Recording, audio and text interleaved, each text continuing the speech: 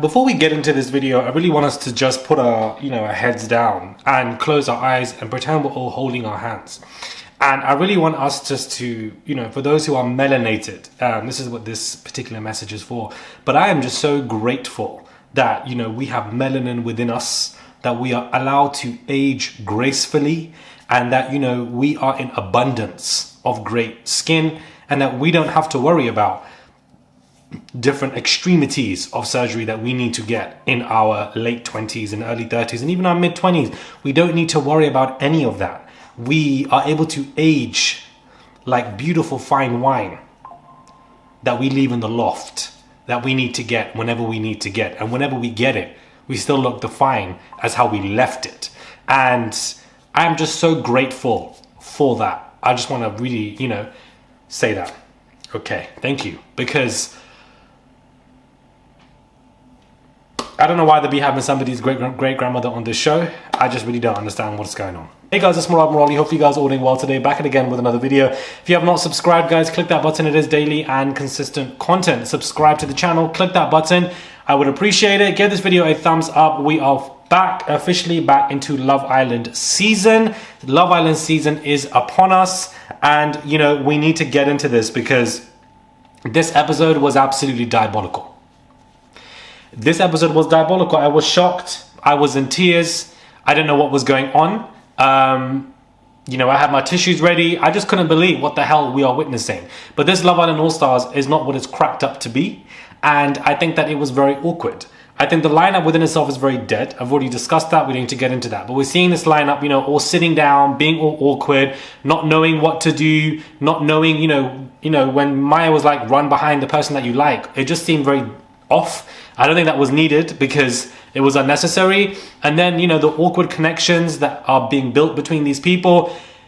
Hannah Elizabeth, people say she was a great OG. Listen, I didn't watch Love Island Season 1. To me, she's not an OG. She's a nostalgia act. You've got a kid at home. Instead of you to be with your kid, you're here on Love Island. Doing that Romeo and Juliet. When you're not even Juliet. Like, I don't understand. To me, it's very confusing. Your kid saying, Mum, where are you? And you're on Love Island. And the show is 5 weeks. And even Louis, your baby mother was calling you out for being a dead shit baby father. And here you are. Shame is free. Embarrassment is free. I don't understand. If I was a mother or father to children, you would not see me go on Love Island. In any capacity. It doesn't make any sense. Especially going on Love Island again. You had your time. You're now mother or father. None of these islanders are looking for love. And this is what irritates me. We didn't need this love format. We didn't need this love format.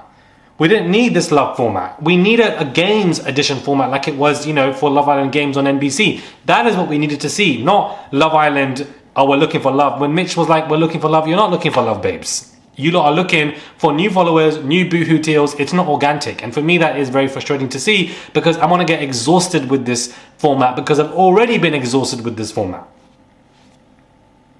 Georgia and Toby, we don't care. We don't care. Like, it's not that serious. Liberty and Jake, we don't care. Oh my God. We do not care about Liberty and Jake. Wow, the couple paired them together. Wow, they're going to have an intense conversation. Wow, I can't wait to see what they're going to talk about. Oh my God. Like, it's so shit. I don't care about Liberty and Jake. You cannot rely on season 7 Love Islanders to run the show with their narratives because their narratives didn't even bang like that on the damn season. Love Island season 7 was not that girl. I think people become revisionist, but when we were watching the show, we were suffering for a lot of that season, please. So for Liberty and Jake to, they're the ones be reunited and etc. The producers are hanging on to this, relying onto this for them to carry them the first couple of days. It's not going to carry. It's boring. I don't need to see it. And it doesn't do anything for me. Jake standing there on his own, nobody coupled up with him initially, makes sense. I don't know why Jake is back on the show. I think I just see Jake on a farm, milking cows and talking to chickens. That's what I just see him. So maybe if you can just go do that, I think, you'd be much more happier. It doesn't make any sense. I don't want to see them have a conversation. What are they going to talk about? They don't need to have a conversation. They broke up 3 years ago. Why do you need to have another conversation? Forced content for reality TV is never digestible. It's never enjoyable. It's never comfort watching because we're forced into it, just like they're forced into it. We carry that same emotion that they are carrying. They don't need to sit there and have a conversation. Toby and Georgia, Georgia, I believe they hooked up or whatever after games. Something happened, whatever. I don't even know. But Toby's playing her. Not really sure if he likes her or not. Of course, she likes Anton. Whatever. I don't know. Like, I'm not invested. It's boring. Chris Taylor, weirdly refreshing. I think he's carrying the show. He makes these, you know, one-liners and jokes, and that's what he used to do on his lineup, on his season. But I just think that it's just, I think that him and Demi look cute together. These Islanders are, I'm sure, are all very nice people. I don't have any issues with them, but they're not all-stars. Call it Love Island second chances. That's what they really should be calling it. Then I won't have an issue whoever comes up on the damn lineup. But, you know, yeah. Then we have Kaz, who's ended up with Mitch. Kaz had no options. None of the boys were into Kaz from what we were seeing. Kaz ending up with Mitch, and then Mitch was like, you know, I don't hate the girl. That was unnecessary. You didn't just say that. You were copying Jake, and it was awkward, and Kaz looked irritated with that and rolling her eyes. And clearly she doesn't have anybody in there that is gunning for her on day one, and that already puts her as the most disadvantaged spot in dangerous waters, and we'll just see what takes place when it comes to that conversation. But I don't see we're going to go anywhere anyways. They brought in Callum. When Callum walked in, I was going to turn my TV off. I'm not going to lie to you. I was going to turn because my man is not a Love Island All-Star. Molly Smith coming in, it was cute. You know, they were spraying a little. It was cute. Small. Thinking, okay, I didn't expect that. Small. But Molly Smith and Callum are not going to couple up together. Callum's going to pick somebody else. We all know what's going to happen. So I don't know why they're leaving it on some cliffhanger. And this is not X on the beach. This is not X on the beach. If they are relying, if this Love Island All-Star format, and this is what they're doing, this is why they needed to have me as a producer on the back screen, guys.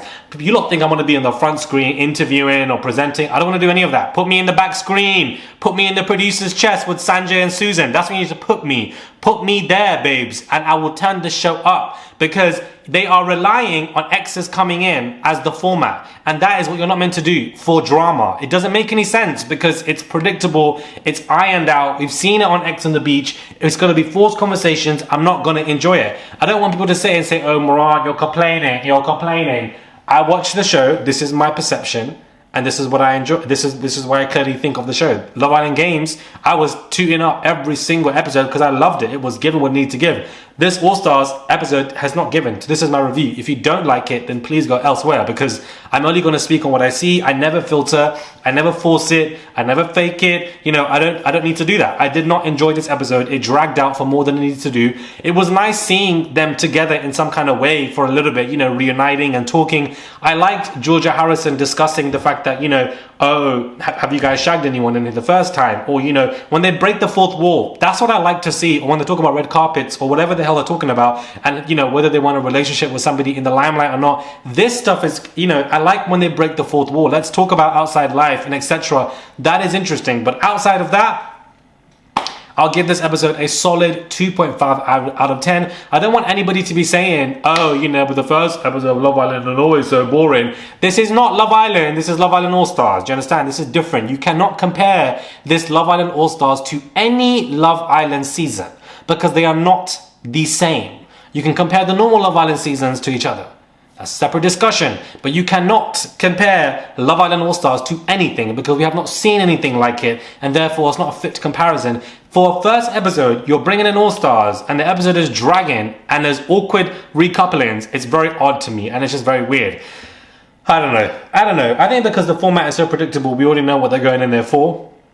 I don't know. Chloe Burrows is also set to go in there now, you know, to go face Toby, and they're going to have an awkward conversation. You know, it's just the exes coming in to have their awkward conversations, and that's really it, to be honest with you. So I don't really see anything else happening. The exes are not going to have territorial holdings on their exes when they see other girls or boys go for them because they're an ex. So that drama has no longevity. It won't linger. It won't fester. It will dissipate quite quickly. So yeah, I don't know. I feel like this is very rushed to me. There were two main big Love Islanders who dropped out last minute. Anna and Belle. Now, I would have loved to have seen Belle Hassan and Anna on the show. Two season 5 Love Islanders, legends on the show. Chris Taylor is the only Love Island guy outside of Anton to come onto it. It would have been nice to have seen those two girls come on because they would have definitely turned it up. I've had FaZe coming in as well. They're relying on season 7.